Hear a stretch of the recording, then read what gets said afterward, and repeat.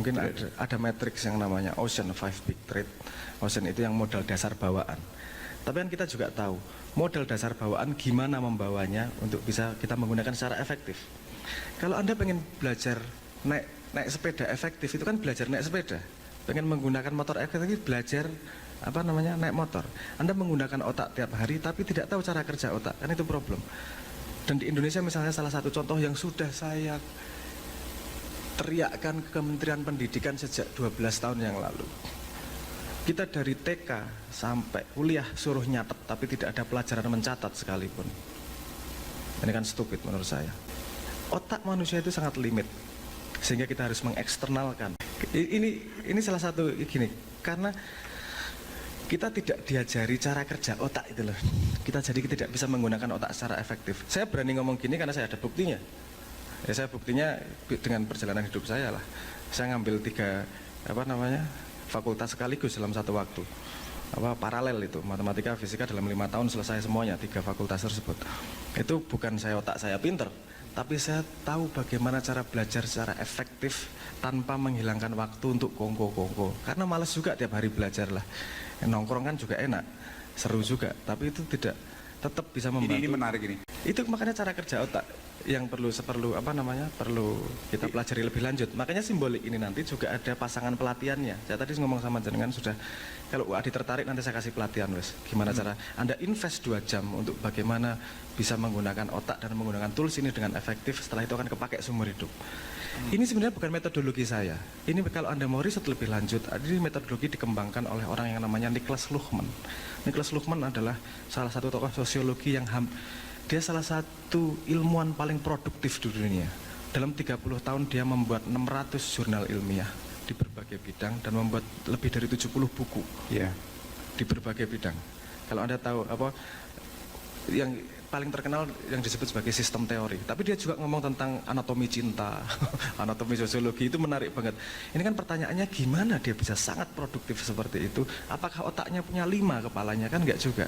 Ternyata ada metodologi yang dia pakai sehingga dia bisa sangat produktif untuk bisa mengabsorb informasi tanpa menghilangkan waktu untuk kongko-kongko itu tadi.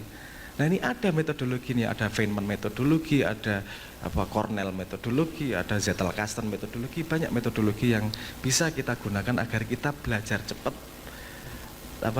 pinter cepat dalam tanda petik. Simbolik menyediakan tools untuk itu. Simbolik menyediakan tools untuk itu.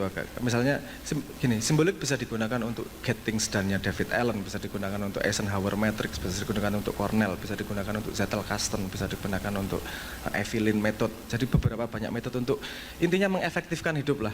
Karena saya pengen memaksimalkan waktu untuk santai daripada untuk belajar. Itu investasi paling sip dalam hidup kan itu. Kenapa literasi adalah sesuatu yang sangat penting? Karena itu investasi sedikit yang hasilnya sangat banyak. Kamu bisa membaca sekali, semua kasanah buku terbuka lebar. Matematika belajar sekali, nggak akan ada pergantian seumur hidup. Beda kalau belajar hukum. Ganti DPR, ganti hukum, Anda belajar lagi, mumet. Saya sama teman-teman yang belajar hukum itu takjub, terus terang. Karena saya belajar hukum ini ntar 5 tahun sekali ganti, ada undang-undang baru ganti lagi, bahasanya ganti, wah mumet uripe gitu. Itu saya kagum karena saya tidak mampu masuk ke area itu. Terus terang, saya tidak mampu masuk ke area itu karena update ilmunya terus menerus. Kalau matematika ada belajar sekali ya seumur hidup nggak akan ganti, saya jamin. Ini peradaban terhapus pun matematikanya akan sama. Targetnya mengupgrade sumber daya manusia. Harapan saya gini juga. Misalnya gini, Indonesia yang bisa kuliah punya kesempatan kuliah berapa sih? Anda tahu mahasiswa Indonesia berapa di Indonesia? Mahasiswa di Indonesia itu ada 7.100.000. Yang masuk SD ada 25 juta. Ketika SMP udah turun sekitar 13 juta. SMA dan SMK turun lagi sekitar 10-11 juta. Yang bisa kuliah 7.100.000. Artinya itu porsi yang sangat kecil untuk membantu negara. Gimana? Tapi kan gini juga. Misalnya jenengan di Fakultas Pertanian. Cara nanam cabai kan sangat sederhana buat Anda. Informasi yang sangat mudah bagi Anda. Gimana caranya ini berguna untuk yang orang-orang yang tidak punya kesempatan untuk kuliah nih. Itu kan sama-sama kita membangun peradaban bersama-sama kan gitu. Padahal ketika Anda mengajar, itu selain satu ilmunya berguna untuk orang lain, Anda juga pasti tambah pintar. Anda coba ada keyword yang namanya Feynman method. Itu dikembangkan oleh Richard Feynman. Dia mengatakan cara belajar paling cepat adalah dengan mengajarkan ilmumu kepada orang lain. Kenapa gus-gus di pesantren itu pinter-pinter? Karena dipaksa sama orang tuanya suruh ngajarin santri-santri. Ya, Jadi maksud saya ketika Anda belajar tidak hanya menyerap tapi juga membagi, itu tingkat pinternya akan jauh lebih cepat. Nah di situ simbolik sehingga menyediakan sosial media juga. Jadi ada sisi sosial medianya, ada sisi knowledge management systemnya. Knowledge management system ini berhubungan dengan metodologi tadi itu yang saya bilang, Zettelkasten dan seterusnya. Sosial medianya berhubungan dengan bagaimana kamu memanfaatkan ilmumu untuk orang lain. Sehingga sekolah itu enggak hanya menyerap ilmu, tapi juga membagi ilmu. Karena kalau orang Islam, kalau orang Islam kan katanya orang yang paling baik adalah orang yang bermanfaat. Jadi gus-gus, orang gus-gus enggak, aku jadi kiai malah. Khairunas anfahum linnas, orang yang paling baik adalah orang yang paling banyak manfaatnya. Iki analisis ngono ya, analisis sosiologi ya, mohon maaf ya. Oke, kita sekarang masuk ke analisis sosiologi. Pasti ada bedanya, ngapain bikin sesuatu yang sama. Oke. Bikin sesuatu yang sama terus mengharapkan output yang berbeda, itu insanity. Jadi pasti ada bedanya. Di simbolik itu ada dua tipe sosial media, yang disebut sebagai mingle dan disebut sebagai discuss. Mingle itu kontinuasi dari yang sudah ada. Jadi kamu follow orang lain, follow tokoh atau identitas yang kamu pengen denger dia ngomong apa atau ilmu apa yang dia bagi. Itu disebutnya di mingle. Tapi ada juga di sini yang bagian yang namanya discuss. Jadi kamu follow-nya bukan orang, tapi follow-nya ruang kajian atau corner. Jadi nanti akan ketemu orang-orang dengan interest yang sama. Di situ ada perbedaan utama begini.